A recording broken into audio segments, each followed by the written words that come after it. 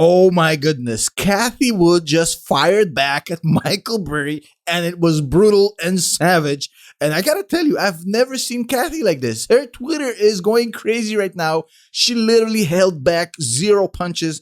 And I'll share with you the tweet as well as my opinion, whether she's right or wrong about Michael Burry.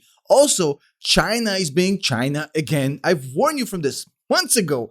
China is never going to stop being China. It's like a very courageous friendship between a cat and a mouse. Eventually, the mouse is going to get eaten. It's kind of obvious. Now, this is the same thing with China. You've all been preaching to me, well, China is separating the economy, which is completely free, from the communist government. Now, in itself, this concept is kind of screwed up. I mean, would you really want to have a free economy in a completely weird kind of communist state? But the main thing I've been telling you about is a guy who came from a communist country. I've seen this happen before. Communists are like the scorpion and the tortoise. They cannot help themselves. They can't help by meddling in a good thing. They can't just let it go. Their control and their dominance is much more important to them than the success of their country. Just how communists think, and that's why they're all pieces of shit. Trust me, I've been there. I've seen it. Now, this new thing coming out of China is basically the Chinese government coming out and saying, well, now that we've done over-regulating the frick out of you, I think it's a good time to redistribute our wealth more evenly. The Chinese government pretty much came out and said, well, we don't like people getting too rich. We're going to redistribute it a little bit. Does it sound familiar? Trust me, this is pretty much the definition of a kolkhoz. And of course, we got to talk about what Palantir just did, which is nothing short of insane. These guys just bought $50 million worth of gold. Not gold stocks, not a gold ETF, actual gold bars, which they're going to put in their safe. I mean, this is the equivalent of buying a Model T or a fax machine. What the hell are they doing? But there's a good answer for that. And again, I'll explain to you what is going on with Palantir and the stash of gold they've just created. And of course, we got to talk about another inflationary signal. This time we have Lowe's busting through the earnings, making way more money than people anticipated. Again, that kind of joins what happened yesterday with Walmart and Home Depot.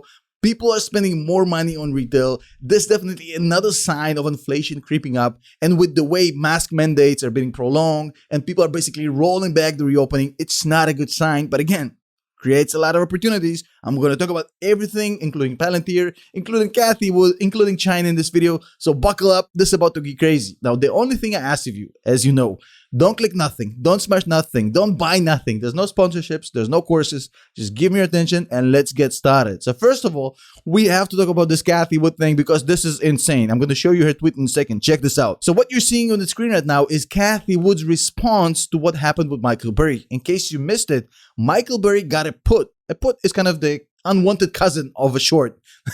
Basically gambling or betting that RK, the innovation fund of Cathie Wood, will go down. And of course, I'm sure Cathie Wood didn't appreciate it, but I didn't think she'll take to Twitter to actually bash this man, which she did, and it creates a really interesting story. So Cathie Wood went ballistic. You have to remember, she has to be cordial, she has to be politically correct, but even in that framework, what she said in this tweet is insane. Check this out. To his credit, you know when somebody says to his credit, it never starts well. To his credit, Michael Burry made a great call based on fundamentals and recognized the calamity brewing in the housing and mortgage market. Now, what she's really saying here is, this dude had one lucky shot. Give me a break. Now, I do not believe that he understands the fundamentals that are creating explosive growth and investment opportunities in the innovation space. Basically, she's saying, well, this dude had one lucky shot. He has no clue about innovation. He has no clue what the hell he's talking about. Give me a break. Now, here's my interpretation of this. Do I think she's right? No. Do I think Michael Burry is right? Yes. But I still think that Cathie Wood and ARK Invest is a great investment opportunity. How the hell does this kind of coexist? I'll explain. Michael Burry definitely understands innovation. He definitely understands growth. He's not an idiot. He's not a donkey. Now, Cathie Wood is talking about him not understanding the fundamentals, the growth, and I think that's not the case here.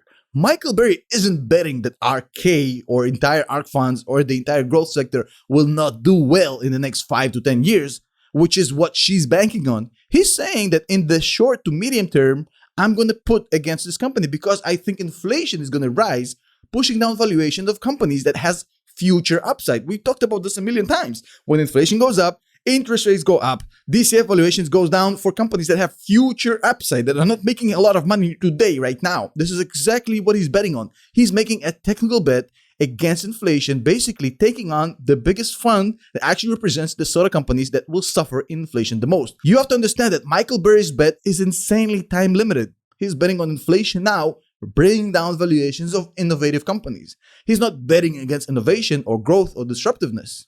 That's not what he's doing here. But she got so pissed that she had to take a few shots at him. I get it. Now, she still has a great fund, and in 5 to 10 years, you'll see how good her choices are, I think, in my opinion.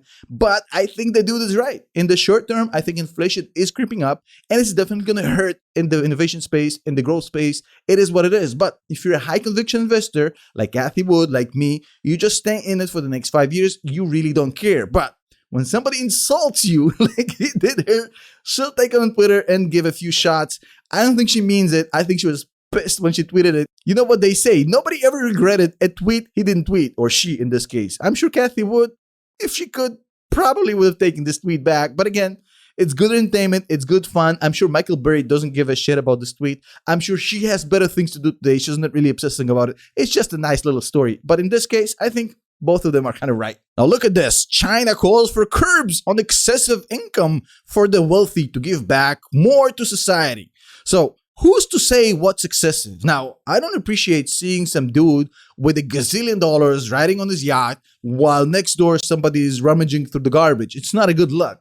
But the alternative, which is to let the government decide what's excessive and let the government redistribute wealth, creates an enormous cluster freak that you have never imagined in your life. Coming from a country that had a government that decided who gets what, what's excessive, what's fair, it birthed one of the worst societies and experiences you can ever imagine. Trust me, if I had to go to 1980s Russia or Saigon in the middle of the war, I would go to Vietnam. I'm not even kidding you. Russia was a hellhole, and they're doing the same thing. They had a nice idea. Basically, they said, well, communism is trash. It's ruining everything in its path. Why don't we let the economy just grow free, right? We're not going to put our communist paws on our economy, and we're going to let it go crazy. The economy goes kaboom, goes explosive. And now that it's gotten so good and so big, they're afraid of losing control, and they're going to bring it down just to save their own control freakness. And you know what? It's unbelievable to me how predictable communists are. Now, I was dealing with communists in the 80s and the 90s in Russia. Now, these are brand new Asian communists, and they're behaving in the same manner. Now, they're about to self-implode their economy on the altar of control, and people are still pouring money into this country as if it's a good idea. Look at the discounts. Look how cheap it is. Look at the fundamentals. What fundamentals, mother lover? Are you not seeing this? What fundamentals? What are you talking about? Look at this. This is Russian terminology. We invented this. Excessive income? I mean, we coined this. They're literally about to go the same path we took a horrible country through, and they're about to demolish everything in their path. It's a horrible development. I feel bad for the people of China, but it is what it is. Now, this article amuses me. Palantir bought $50 million in gold bars last month, preparing for a black swan. Now, this is where it gets funny. Now, Palantir bought $50 million in gold. Now, when I say gold, I mean literal gold bars, not some ETF, not some commercial paper, actual gold bars they have to put in their offices, which is in itself an insane idea, but I get it. I mean, why not? You have to be unique. The really cool part is when they were asked about it, and even though it's a tiny little portion of the cash position, they have over 2.3 billion in cash. So they put 50 million in gold. It's an interesting story, and people started asking them, well, why did you buy so much gold? 50 million out of 2.3 billion and a lot. But again, fair question, good story, it's sleazy. So basically, Palantir, instead of doing the whole kind of politically correct answer, well, we're just hedging our bets, it's a financial blah, blah, blah, blah, they went ahead and trolled everybody. Well, we're prepping for a black swan event, which sent the media into a frenzy. Now, here's the thing you need to understand why this kind of answer actually suits Palantir, and it's not bullshit, but it makes no difference to me how I behave.